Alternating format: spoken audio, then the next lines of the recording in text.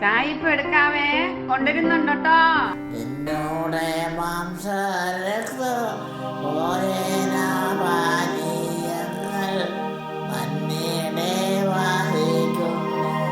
എന്നോടെ ദാസന്മാർക്കായി സന്താപബന്ധന്മാരെ സന്തോഷിപ്പിക്കാനായി എന്താണോ മാർഗമെന്നു ചിന്തിച്ചു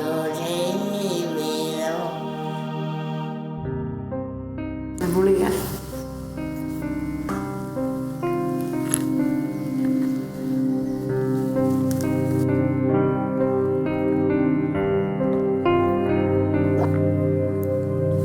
മതിയോ? ഈശോയുടെ പാട്ട് പാടിയോ അമ്മ? നല്ല പാട്ടായിരുന്നു കേട്ടോ.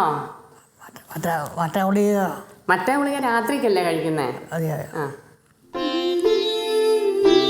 അമ്മേ, പോയി കിടന്നാലോ ഇനി?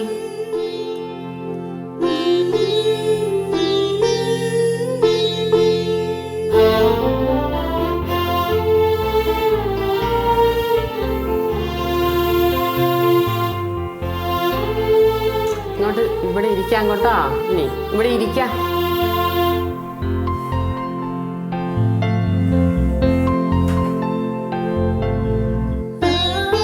എന്നോട് ഞാൻ സഹായിക്കണോ? ഇത് വീൽ ചെയറാ. നമുക്ക് പരിചയമില്ലാത്തതുകൊണ്ട് കുഴപ്പമില്ലായിരുന്നു. അമ്മ കിടന്നോ? ഇനി കിടന്നോ? അമ്മ മടുത്തില്ലേ കിടക്കാം?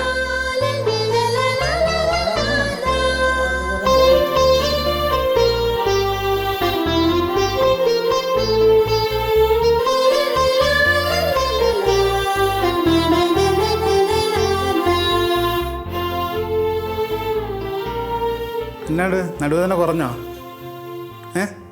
നടുവേദന കുറഞ്ഞോ? ഇന്ന് നല്ല സൂപ്പർ പാട്ടായിരുന്നല്ലോ പാടിയേ.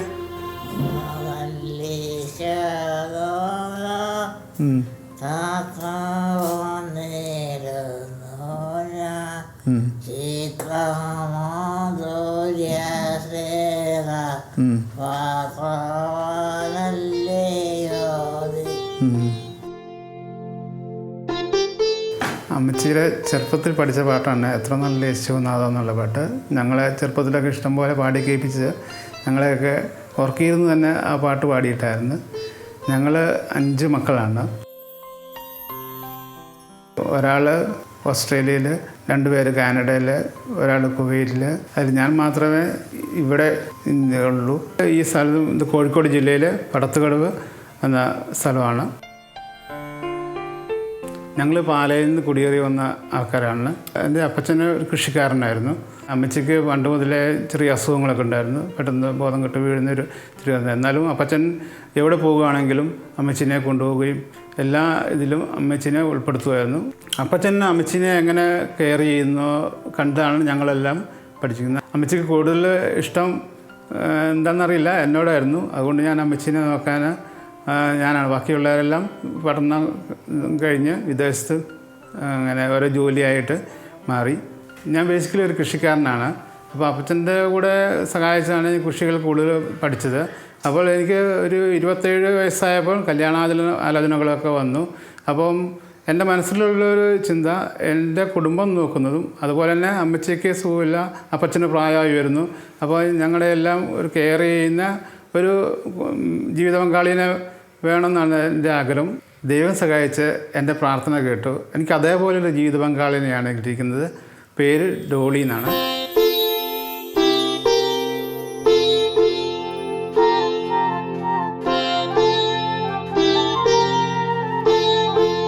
ശരിക്കും പറഞ്ഞാൽ എൻ്റെ പ്രാർത്ഥനയാണ് ദൈവം കേട്ടതെന്നാണ് ഞാൻ വിചാരിക്കുന്നത്.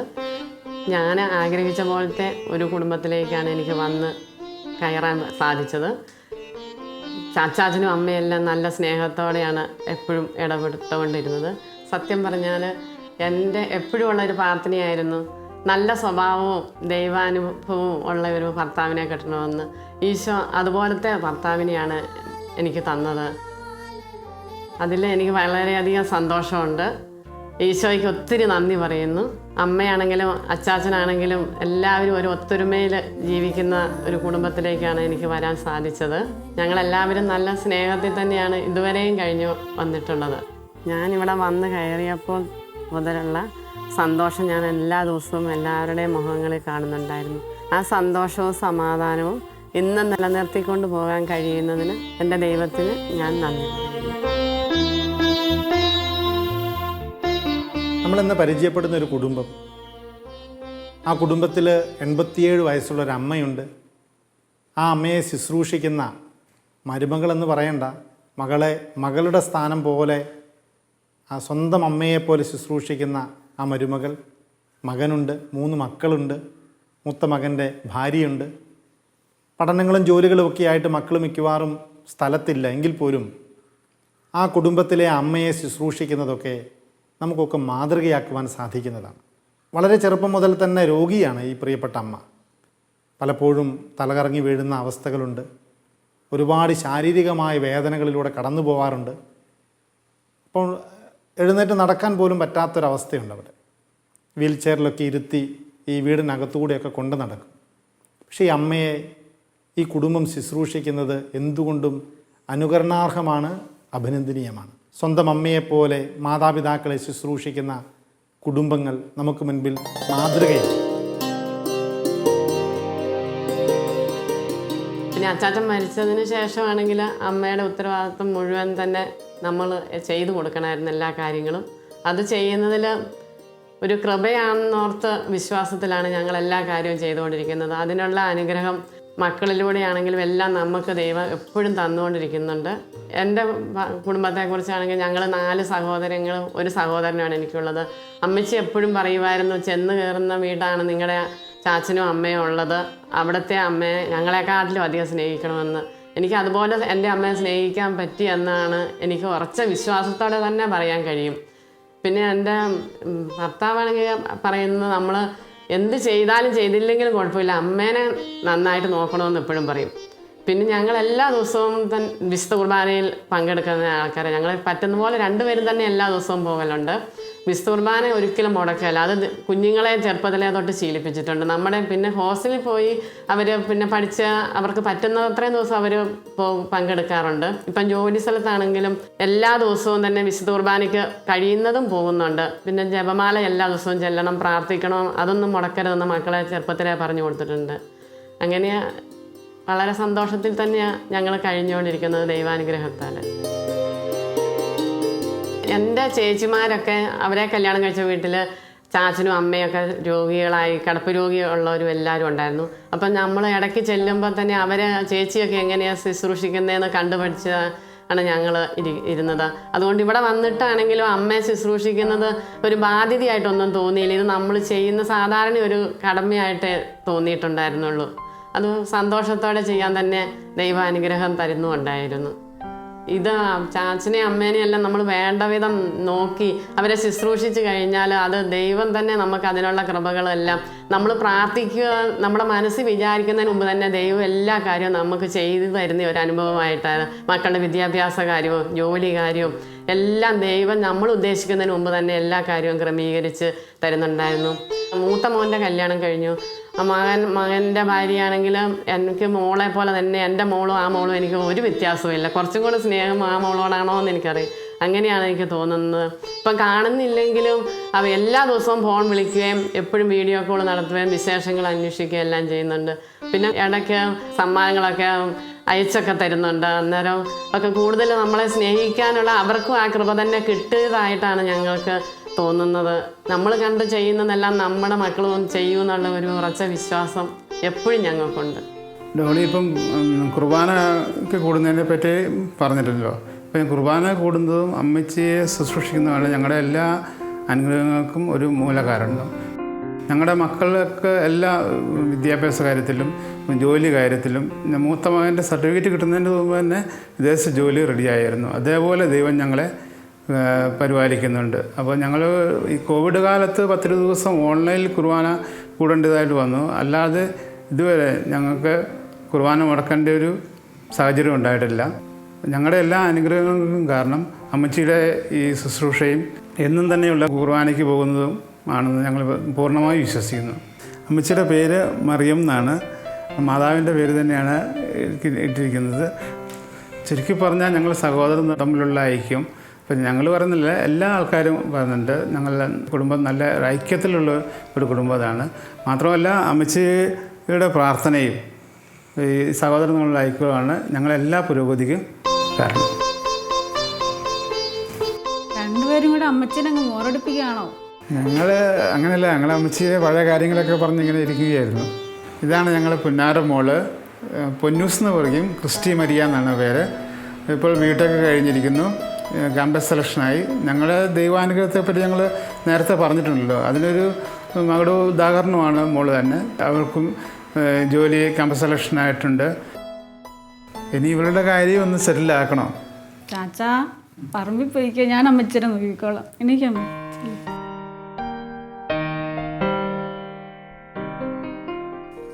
ഇത് അമ്മച്ചി എപ്പോഴും ഉറങ്ങുവാണോ? തന്നെ ഇത് എപ്പോഴും ഉറങ്ങുന്നേ? ഒക്കെ എണീക്ക് വാ, നമുക്കൊന്ന് പുറത്തു പോയാലോ?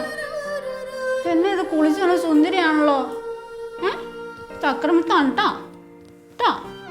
ആ ചോ പൊന്നോ, സുന്ദരിയാട്ടാ കേട്ടാ.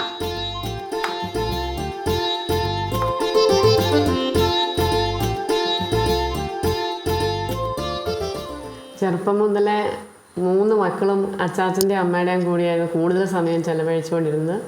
അവർ മുതിർന്നപ്പോഴും അവർ എല്ലാ കളിയും ചിരിയും കഥ പറച്ചിലും എല്ലാമായിട്ട് അച്ചാച്ചൻ കൂടുതൽ കഥകളെല്ലാം പറഞ്ഞ് മക്കളെ കൊണ്ട് എപ്പോഴും പറമ്പിൽ കൂടെ നടന്ന് തോട്ടിൽ പോയി മീനൊക്കെ പിടിച്ച് വളരെ സന്തോഷത്തിലായിരുന്നു അവർ അച്ചാച്ചൻ്റെ കൂടെയുള്ള ജീവിതം. അതുപോലെ അമ്മയായിരുന്നു അവരെ കൂടുതലും പാട്ടൊക്കെ പാടി ഉറക്കുകയൊക്കെ ചെയ്യുന്നത്.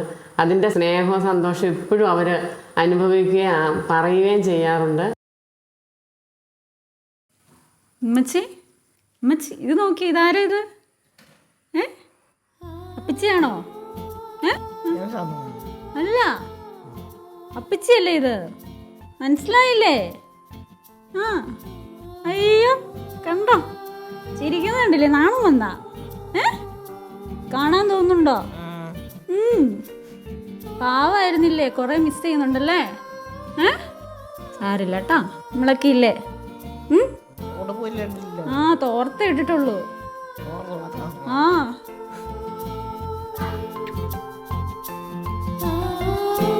അയ്യോ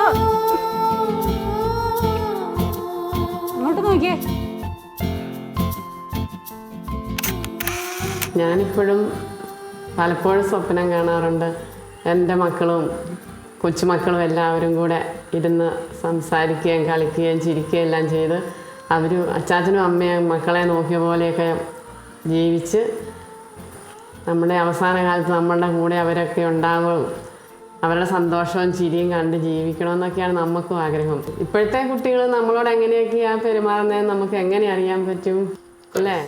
തീർച്ചയായും പറ്റും.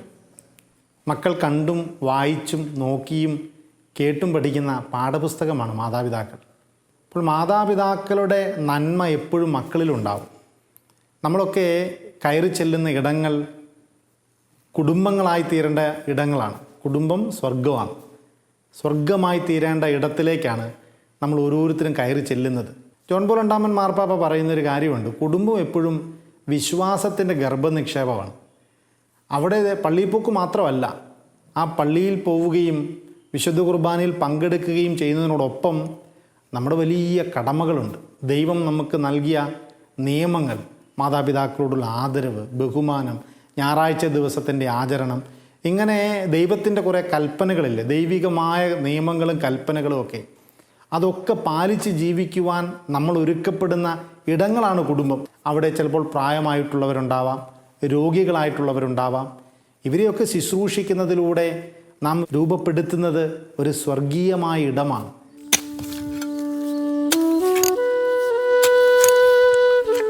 ഞങ്ങൾക്കിവിടെ 4 ഏക്കറോളമുള്ള കൃഷിഭൂമിയാണ് ഉള്ളത്. അതിൽ തെങ്ങ്, കവുങ്ങ്, റബ്ബർ അങ്ങനെയുള്ള കൃഷിയാണ്. കൂടാതെ വാഴയുണ്ട്, ചേമ്പുണ്ട്. എല്ലാത്തിനും നല്ല വിളവാണ് ഞങ്ങൾക്കിവിടെ കിട്ടിക്കൊണ്ടിരിക്കുന്നത്. ഞങ്ങൾ പാരമ്പര്യമായിട്ട് കുടിയേറി വന്ന ആൾക്കാരായിരുന്നു. കാർന്നവന്മാരൊക്കെ ഇവിടെ വന്നു കഴിയുമ്പം ഇതുപോലെയൊന്നും അല്ലായിരുന്നു. കാടും എല്ലാം നിറഞ്ഞു കിടക്കുന്ന സ്ഥലമായിരുന്നു. അതെല്ലാം വെട്ടി നിരത്തി ഇതേപോലെ രൂപത്തിലാക്കി. ഞങ്ങളുടെ വീട്ടുപേര് ഒറ്റപ്ലാക്കൽ എന്നാണ്. എൻ്റെ അപ്പച്ചൻ്റെ പേര് ജോൺ എന്നാണ്.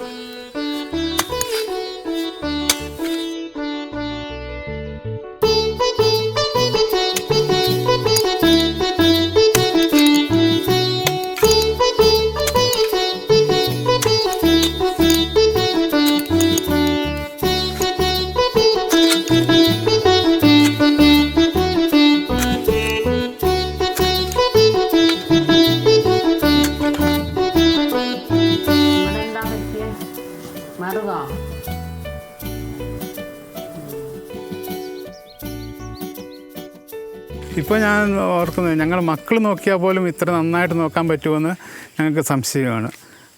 അത് പെങ്ങന്മാരെല്ലാം വരുമ്പം പറയും, ഇങ്ങനെ ഡോളി നോക്കുന്ന പോലെ ഞങ്ങളെയും കൊണ്ട് നോക്കാൻ പറ്റുമോ എന്ന് ഞങ്ങൾക്ക് സംശയമാണെന്ന് ഞങ്ങൾ അവർ വരുമ്പോൾ ഞങ്ങളോട് ഇങ്ങനെ സംസാരിക്കുന്നുണ്ട്.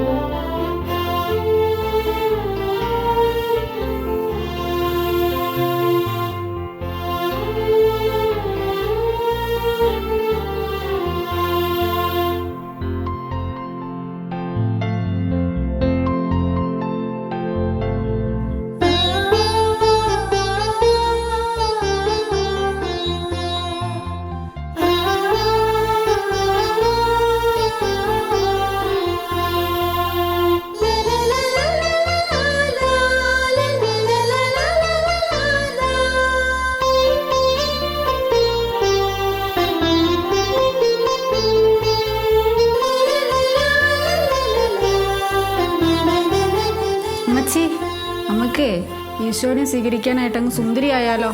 കുർബാന സ്വീകരിക്കാൻ സുന്ദരി ആയാലോ? മുടി കെട്ടിത്തരാം കേട്ടോ. മുടി കെട്ടട്ടെ? മുടി കെട്ടിത്തരാവേ.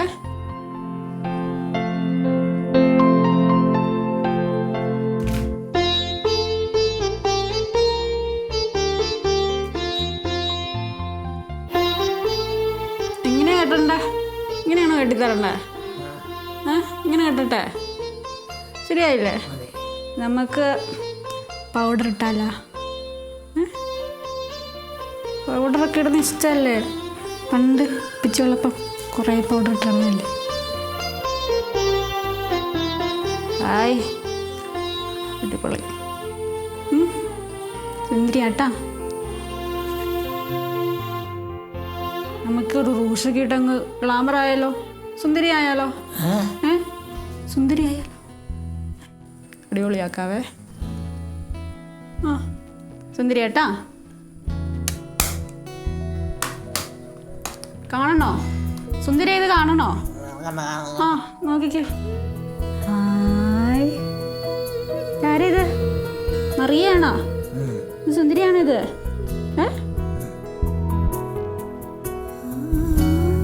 നോക്കിയേ, നല്ലയാണോ? ഇഷ്ടപ്പെട്ടോ? ഇരിക്കട്ടെ? മണവാട്ടുകുട്ടീനെ പോലെ ആക്കാം. Hi hi. ഇപ്പോഴോ? ഇത് നോക്കിക്കേ. കല്യാണ പെണ്ണാ? നമുക്ക് സുന്ദരിയായിട്ട് ഈശോനെ സ്വീകരിക്കാൻ പോവാം അല്ലേ?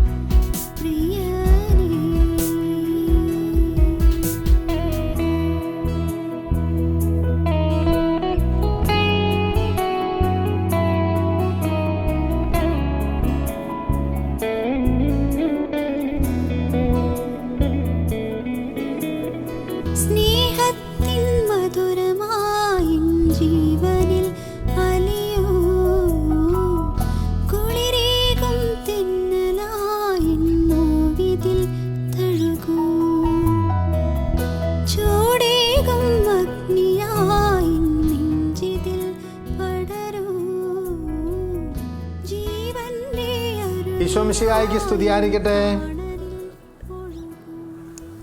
എന്നാണ്ട് വിശേഷങ്ങളൊക്കെ?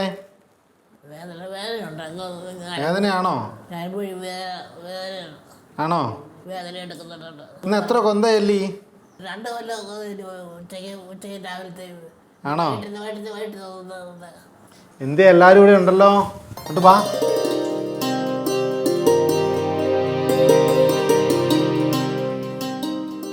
അമ്മച്ചി ഇവർ രാവിലെ പള്ളിയിൽ പോകുന്ന അറിയുന്നുണ്ടോ? അറിയുന്നുണ്ടോ? ഞാൻ കൊന്തയായിരിക്കും. കൊന്തയില്ലിക്കും ആ സമയത്ത്. പോകാത്ത ദിവസം ചോദിക്കും, ഇന്ന് പോയില്ലേ എന്ന് ചോദിക്കും. വൈകുന്നേരം കുർബാനയ്ക്ക് വരുന്ന ദിവസമാണെങ്കിൽ ഇന്നെന്താ രാവിലെ പോകാത്തേന്ന് ചോദിക്കും. ഈ പൊന്നു നന്നായിട്ട് നോക്കുന്നുണ്ടോ? നടുവിന് വേദനയായിരുന്നു. നടുവിന് വേദനയല്ലേ? പൊന്നുണ്ട്, പൊന്നു കുഴമ്പിട്ട് തിരുമ്മി തരും. ആനാമ്പള്ളമാ. അന്നാമ്പള്ളം മതി. കുഴമ്പൊന്നുമില്ല. കുഴമ്പൊന്നും വേണ്ട, അന്നാമ്പള്ളം മതി കേട്ടോ. 8-10 വർഷമായിട്ട് ഇപ്പൊ ആനാമ്പള്ളം. അന്നാമ്പള്ളം മതി. ആനാമ്പള്ളം ഉണ്ടോന്ന്? ആ അന്നാമ്പള്ളം മതി. അച്ഛനോട് ചോദിക്കുക. അച്ഛനോട് ചോദിക്കുക. കാപ്പി കൊടുക്കണ്ടേ? ആ ചോദിക്കുക, കാപ്പി വേണോന്ന് ചോദിക്കുക. ചോദിക്കുക. ചോദിക്കണോ? കാപ്പി ഇവിടെ കിട്ടുമെന്ന് ഉറപ്പല്ലേ? അമ്മ എന്താ കഴിച്ചേ? രാവിലെ കഴിച്ചോ എന്തെങ്കിലും? കാപ്പി കുടിച്ച് ഉച്ചയ്ക്ക് ചോറുണ്ട്. ചോറുണ്ട്. നമുക്ക് വിശുദ്ധ ബൈബിളിൽ 5 കുടുംബങ്ങൾ മാതൃകയാക്കാൻ പറയുന്നുണ്ട്. ഒന്നാമത്തെ കുടുംബം ത്രിത്വൈക ദൈവത്തിൻ്റെ കുടുംബമാണ്. രണ്ടാമത്തേത് പറുദീസായിൽ ദൈവത്തിൻ്റെ കൂടെ നടന്ന ആദത്തിൻ്റെയും ഹവ്വായുടെയും കുടുംബമാണ്. മൂന്നാമത്തെ കുടുംബം നസ്രസിലെ കുടുംബമാണ്. നാലാമത്തെ കുടുംബം നമ്മൾ ഒരുമിക്കുന്ന സഭയാണ്. നാലാമത്തെ കുടുംബം. അഞ്ചാമത്തേത് നമ്മൾ എത്തിച്ചേരേണ്ട കുടുംബമാണ്, അത് സ്വർഗമാണ്. നമ്മൾ ഈ ഭൂമിയിലായിരിക്കുമ്പോൾ നമുക്ക് ഏറ്റവും മാതൃകയാവുന്നത് തിരുക്കുടുംബമാണ്, നസ്രസിലെ കുടുംബം. ആ കുടുംബത്തിൻ്റെ ശിരസ് മാർ യോസേപ്പിതാവാണ്. യോസേപ്പിതാവിനെക്കുറിച്ച് ബൈബിൾ പറയുന്നു, അവൻ നീതിമാനാണ്. പരിശുദ്ധ കന്യകാമറിയം ആ കുടുംബത്തിൻ്റെ ഹൃദയമാണ്. പരിശുദ്ധ കന്യകാമറിയത്തെക്കുറിച്ച് ബൈബിൾ പറയും, അവൾ കൃപയുടെ നിറവുള്ളവളാണ്. അപ്പോൾ നീതിബോധമുള്ള ഒരു പിതാവും കൃപയുടെ നിറവുള്ള മാതാവും തിരുക്കുടുംബത്തിൻ്റെ ഭാഗ്യമായിരുന്നു. സത്യത്തിൽ ഈ കുടുംബത്തിൽ ഈ പ്രിയപ്പെട്ട അമ്മ ഇവിടെ ഇരിക്കുമ്പോൾ ഈ നീതിബോധമുള്ള ഒരു മകനും കൃപയുടെ നിറവുള്ള ഒരു മരുമകളും ഈ കുടുംബത്തിലുണ്ട് എന്നുള്ളതാണ് ദൈവാനുഗ്രഹപ്രദമായ കാര്യം. 365 ദിവസവും വിശുദ്ധ കുർബാനയിൽ പങ്കെടുക്കുന്ന ഒരു കുടുംബമാണിത്. ഈ മക്കൾ പഠിക്കുന്ന കാലഘട്ടത്തിൽ പോലും, അല്ലെങ്കിൽ അവധിക്ക് വന്നാൽ പോലും ഈ മക്കളും ഒരു ദിവസം പോലും മുടങ്ങാതെ ഈ പള്ളിയിൽ വിശുദ്ധ കുർബാനയിലുണ്ട്. രാവിലെ ഈ അമ്മ എഴുന്നേൽക്കുന്നതിന് മുൻപ് ഇവർ പള്ളിയിൽ വന്ന് 6 മണി മുതലുള്ള ആരാധനയിൽ പങ്കെടുത്ത് വിശുദ്ധ കുർബാനയിൽ പങ്കെടുത്ത് തിരിച്ചു വന്നിട്ടാണ് അമ്മയുടെ ശുശ്രൂഷകളിലെല്ലാം ഇവർ വ്യാപൃതരാകുന്നത്. മാസത്തിൽ 1 അല്ലെങ്കിൽ 2 മാസങ്ങൾ കൂടുമ്പോഴൊക്കെ ഈ അമ്മച്ചിക്ക് പള്ളിയിൽ വരാൻ പറ്റാത്ത ഈ കാലത്ത് വിശുദ്ധ കുർബാന ഭവനത്തിലേക്ക് വന്ന് ഈ പ്രിയപ്പെട്ട അമ്മയ്ക്ക് ആത്മീയമായൊരു നിറവ് ഈ വിശുദ്ധ കുർബാനയിലൂടെ കൊടുക്കാനൊക്കെ ഈ മക്കൾ ശ്രദ്ധിക്കുന്നത്.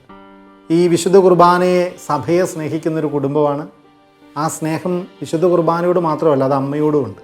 മകനെന്ന നിലയിലും മരുമകൾ എന്നതിനേക്കാളും മകളെ പോലെ ഈ അമ്മയെ, സ്വന്തം അമ്മയെപ്പോലെ ശുശ്രൂഷിച്ച് ഈ ഭവനത്തിലായിരിക്കുമ്പോൾ ഈ കുടുംബം നമുക്കൊക്കെ മാതൃകയാണ്. നമ്മുടെയൊക്കെ ഇടങ്ങളിൽ ഇതുപോലെയുള്ള കുടുംബങ്ങളാണ് മാതൃകകളായിട്ട് മാറുന്നതും മാറേണ്ടതും. മാതാപിതാക്കളെ ശുശ്രൂഷിച്ച് അവർക്കാവശ്യമായ കാര്യങ്ങളൊക്കെ ചെയ്തു കൊടുക്കുന്ന കുടുംബങ്ങൾ. വിശുദ്ധ ഗ്രന്ഥം ചൂണ്ടിക്കാണിക്കുന്ന 5ാമത്തെ കുടുംബം സ്വർഗമാണ്. നമ്മളൊക്കെ സ്വർഗത്തിൽ എത്തിച്ചേരേണ്ടവരാണ്. ആ സ്വർഗത്തിൽ എത്തിച്ചേരാനുള്ള നിക്ഷേപം ഈ ഭൂമിയിലായിരിക്കുമ്പോൾ സമ്പാദിക്കുന്ന സമയങ്ങൾ തന്നെയാണ് ഈ മാതാപിതാക്കളോട് കാണിക്കുന്ന ബഹുമാനവും അവരോട് കാണിക്കുന്ന ആദരവും പരിചരണവുമൊക്കെ. ഈ വീടുമായിട്ട് ഏറെ അടുപ്പമുള്ളൊരു വ്യക്തിയാണ് ഇവിടുത്തെ വികാരിച്ചൻ എന്ന നിലയിൽ ഞാൻ. കാരണം പള്ളിയുടെ എല്ലാ കാര്യങ്ങളിലും ഉണ്ട്. കൈക്കാരനായിട്ടൊക്കെ ഉണ്ടായിരുന്നു. അതുപോലെ തന്നെ എല്ലാ ദിവസവും ഈ പള്ളിയിൽ നിൽക്കുന്ന സ്ഥലം നോക്കിയാൽ മതി, സ്ഥലം അറിയാം കൃത്യം. ആ സ്ഥലത്ത് ആളില്ലെങ്കിൽ അന്ന് വേറെ എവിടെയെങ്കിലും കുർബാനയ്ക്കായിരിക്കും, അല്ലെങ്കിൽ വൈകുന്നേരത്തെ കുർബാനയ്ക്കായിരിക്കുമെന്ന് നമുക്ക് ഉറപ്പിക്കാനായിട്ട് പറ്റും. നമ്മളൊക്കെ ഈ ഭൂമിയിലായിരിക്കുമ്പോൾ നമ്മൾ സമ്പാദിക്കേണ്ടതും സ്വർഗത്തിലെ നിക്ഷേപമാണ്. അത് പ്രഭാഷകൻ്റെ പുസ്തകം പറയുന്നൊരു കാര്യമുണ്ട്. തിന്മ പ്രവർത്തിക്കാനുള്ള സാഹചര്യത്തിൻ്റെ നടുവിൽ തിന്മപ്രവർത്തികൾ ചെയ്യാതെ നന്മപ്രവർത്തികൾ ചെയ്യാൻ തയ്യാറായാൽ അവൻ്റെ ജീവിതത്തിൽ ഐശ്വര്യം നൽകുന്ന ഒരു ദൈവത്തെക്കുറിച്ച് പ്രഭാഷകൻ പറയാറുണ്ട്. അങ്ങനെ നമ്മുടെ നന്മപ്രവർത്തികളിലൂടെ എത്തിച്ചേരേണ്ട 5ാമത്തെ കുടുംബമായ സ്വർഗത്തിൽ നമുക്കൊക്കെ നിക്ഷേപം കണ്ടെത്താനായിട്ട് ശ്രദ്ധിക്കുകയും ചെയ്യും. മടുത്തു അമ്മച്ചി? എന്നാൽ കുറച്ചു നേരം കിടക്കാം അല്ലേ? ഇന്നത്തെ പരിപാടികളൊക്കെ കഴിഞ്ഞു. നടുവേന എന്നാൽ ഞാൻ പൊക്കോട്ടെ, കാപ്പ് കുടിക്കണം. കാപ്പി കുടിച്ചിട്ട് പോകാം.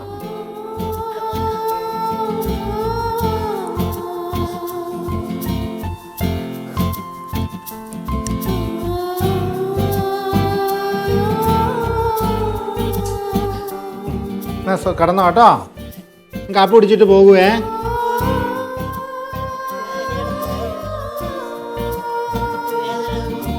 ആ കുറച്ച് നേരം കിടന്നോ, അപ്പോൾ ശരിയായിക്കോളും കേട്ടോ.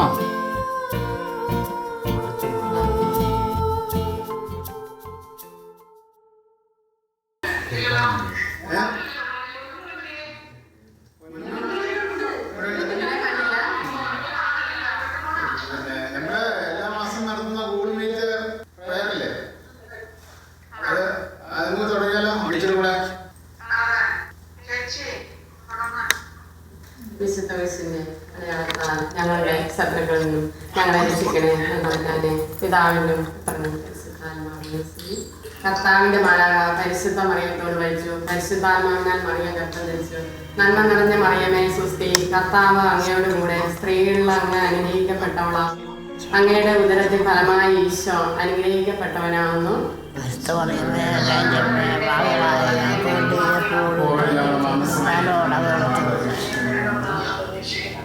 ഇതാ കർത്താവിന്റെ ദാസി, നിന്റെ വചനം പോലെ ഏറ്റുപോകട്ടെ. നന്മ നിറഞ്ഞ മറിയമേ സുസ്തി, കർത്താവ് അങ്ങയോട് കൂടെ സ്ത്രീകളിൽ അങ്ങ് അനുഗ്രഹിക്കപ്പെട്ടവളാവുന്നു. അങ്ങയുടെ ഉദരത്തിൽ ഫലമായി ഈശോ അനുഗ്രഹിക്കപ്പെട്ടവനാവുന്നു.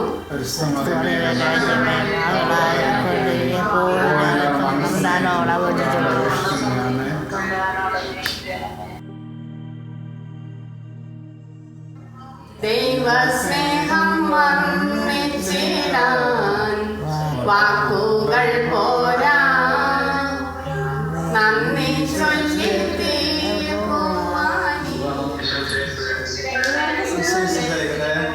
വിശ്വാസിയായിരിക്കട്ടെ. എന്നാണ്ട് വിശേഷമൊക്കെ എല്ലാവർക്കും? തണുപ്പ് തുടങ്ങി കുഞ്ഞാ. ആ, നല്ല തണുപ്പുണ്ട്. -3 or 4 പുറത്ത്. ഉള്ളില് കുഴപ്പമില്ല.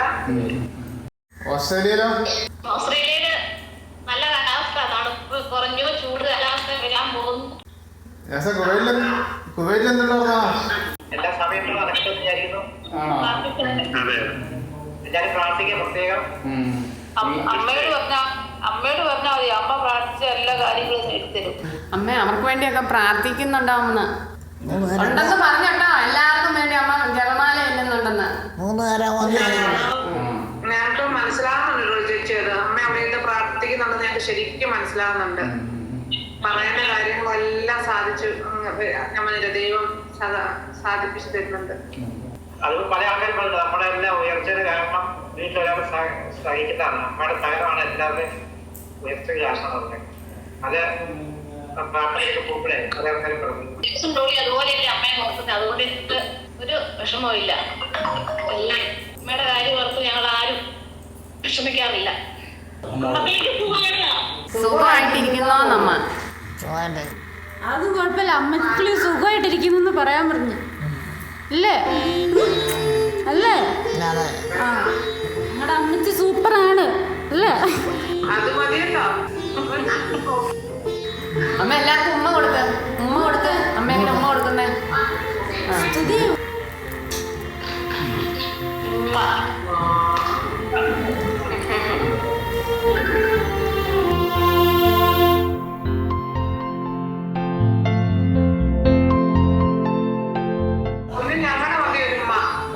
ഇത് മേമേൻ്റെ ഉമ്മയാണ്. പിന്നെ ജൂലിയാൻറ്റി കൊടുക്കുവാണ്. ആ, ഇത് ജോഷിയങ്ങൾ എല്ലാവരും ഉണ്ട്. ഈ 2 പേരുടെ ശൈലയുടെ കിട്ടിയില്ലേ? ആ, പിന്നെ മത്തായിനും ഉണ്ണീനൊക്കെ. ആ ഉണ്ണി. അമ്മ ഡോളിയുടെ ഉമ്മ വേണോ? ഉമ്മ. എന്നാ അടുത്ത നാളെ മുമ്പുള്ള ഗൂഗിൾ മീറ്റിൽ കാണാം. അമ്മയ്ക്ക് കിടക്കാറായെന്ന്.